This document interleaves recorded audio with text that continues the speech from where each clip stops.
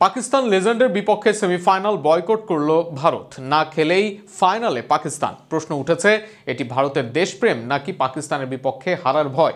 মাত্র 3 পয়েন্ট নিয়ে সেমিতে ওঠা ভারত আগেই বয়কট করেছিল এক ম্যাচ। এবার পাকিস্তানের বিপক্ষে সেমিফাইনালও বয়কট করল তারা।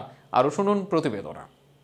বিশ্ব চ্যাম্পিয়নশিপ অব লিজেন্ডস টুর্নামেন্টে আবারও পাকিস্তানের বিপক্ষে না খেলার সিদ্ধান্ত নিল ভারত চ্যাম্পিয়ন্স। বৃহস্পতিবার অনুষ্ঠিতব্য সেমিফাইনালে মুখোমুখি হওয়ার কথা ছিল ভারত ও পাকিস্তান লিজেন্ডদের, কিন্তু ভারত তাদের আগের অবস্থানে অনড় থেকেছে।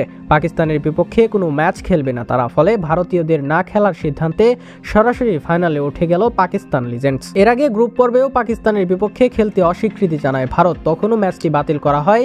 এবার সেমিফাইনালের মতো গুরুত্বপূর্ণ ম্যাচেও এরকম সিদ্ধান্তে বিতর্ক দানা বেঁধেছে ক্রিকেট মহলে। সোমবার উইন্ডিজের বিপক্ষে 13.2 ওভারে লক্ষ্য তাড়া করে দাপুটে জয় নিশ্চিত করে সেমিফাইনালের টিকিট কাটে ভারত, কিন্তু পাকিস্তানের বিপক্ষে না খেলার অবস্থান তারা আগেই জানিয়ে রেখেছিল। ভারতের প্রাক্তন তারকা ক্রিকেটার সুরেশ রায়না ও শিখর ধাওয়ান প্রকাশ্যেই জানিয়েছে পাকিস্তানের বিপক্ষে খেলতে রাজি নয় তারা। সেমিফাইনালের আগে আবারও একই মত প্রকাশ করেন তারা।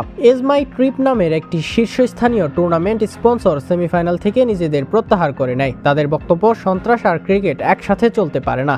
পাকিস্তানের সাথে সম্পর্ক স্বাভাবিক করার কোনো উদ্যোগকে আমরা সমর্থন করি না।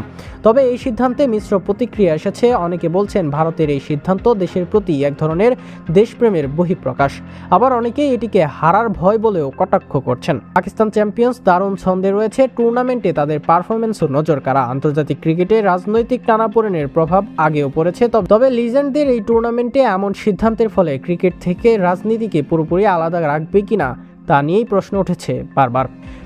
তবে লিজেন্ডদের এই টুর্নামেন্টে এমন সিদ্ধান্তের ফলে ক্রিকেট থেকে